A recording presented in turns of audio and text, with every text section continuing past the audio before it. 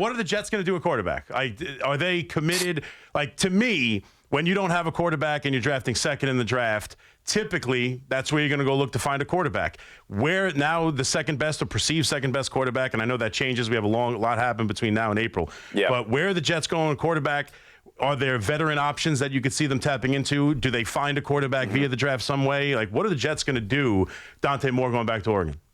Yeah, I think, honestly, guys, what you're probably going to see, and that was a big one. I mean, that was a big blow because he was going to be the number 2 overall pick in the draft. And he was probably going to sit behind a veteran for half a year or the year, but that was the number 2 pick. And with him gone, there isn't, like Ty Simpson's not worthy of a top 5 pick. The kid from Ole Miss, if he goes into the college and he gets declined that 6th year thing he's trying to do, he's not going to be the number 2 pick in the draft. So it's a complicated process. I think what you're probably going to see them do is draft the project player on day 2 and then try to bring in somebody like a Mac Jones via trade or potentially a Kyler Murray, although Murray, with the questions you have about his work ethic, his commitment, that just doesn't seem like an Aaron Glenn player. But if they get a Mac Jones and then draft one of those guys in the second round, you'll eventually see that rookie the final few games of next year. If he looks great, boom, you look like you got your guy. If he struggles at all, I think you'll see a Jimmy Clausen, Cam Newton-like thing where, they drafted a quarterback in the second round, but now they're picking top 5 again, and they go actually get their guy. And the second I was round actually told from people close to the Jets that the New York Jets watching that game Dante Moore played against Indiana made them second guess whether or not Dante Moore was a legitimate pick at number 2. And while, yes, they were high on him, everybody was, and he was the obvious number 2 guy, that what Indiana did to him, albeit one game, scared the Jets off a little bit. Not that they wouldn't have taken him anyway, but I think Dante Moore may have done the Jets and Jet fans a huge favor here. I'm with you. I would get a Malik Willis for a year. Even if you have to give him a 2-year deal, I have no problem with that. And then the idea would be, look, if Aaron Glenn turns it around, good for him. He stays.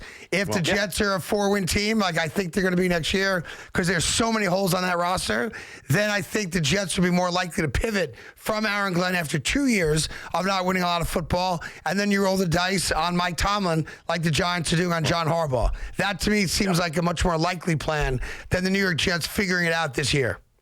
Yeah, I agree. I think the thing about Dante Moore that we learned in the Indiana game is just what everyone said about him was true, which is that there's a ton of talent. He has an unbelievable head on his shoulders, really mature player, but damn, does he need reps. He needs reps and more reps and more reps and more starts.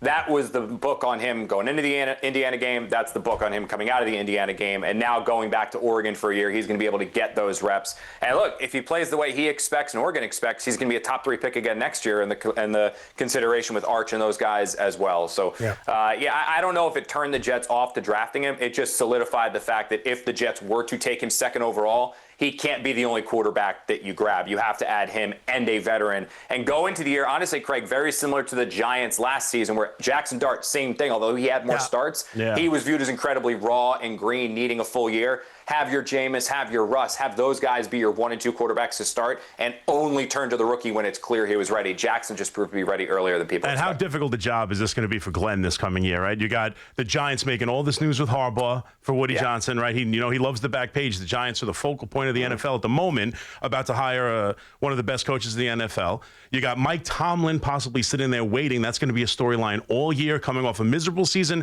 with no real option at quarterback going into a year where they traded away 2 of their best defensive players for a defense that was awful. So they have to get a hell of a lot better to have Aaron. I mean, I know he's committed to Glenn now, but what kind of hot seat does Aaron Glenn step into next year when he starts the season? Significant. And honestly, knowing the way that ownership thinks, the bigger can you explain this that's going to be asked to him time and time again is, why did the Jets not draft Jackson Dart when he was there? Why did the Jets not draft Tyler Shuck when he was there? Other these quarterbacks that they passed on, that's going to be in the back of Woody Johnson's mind as they have to kick the can down the road again to try to find one. And it's a risk they're taking if they don't go out there and find a quarterback they're confident. They can't just tank next year as well trying to get the next quarterback, because after winning 3 games this past year and looking like an exhibition football team the final month of the season, to then struggle similarly, Yeah, it's great to have those 3 first-round picks in 2027. They might have more in 2027 if they move back from the 2nd overall pick. Yeah. Guess what? Like Darren Muji and Aaron Glenn aren't going to be the ones making those selections if they don't win some games. I think here you're next year, so making the classic mistake, though, Connors. We let you go here.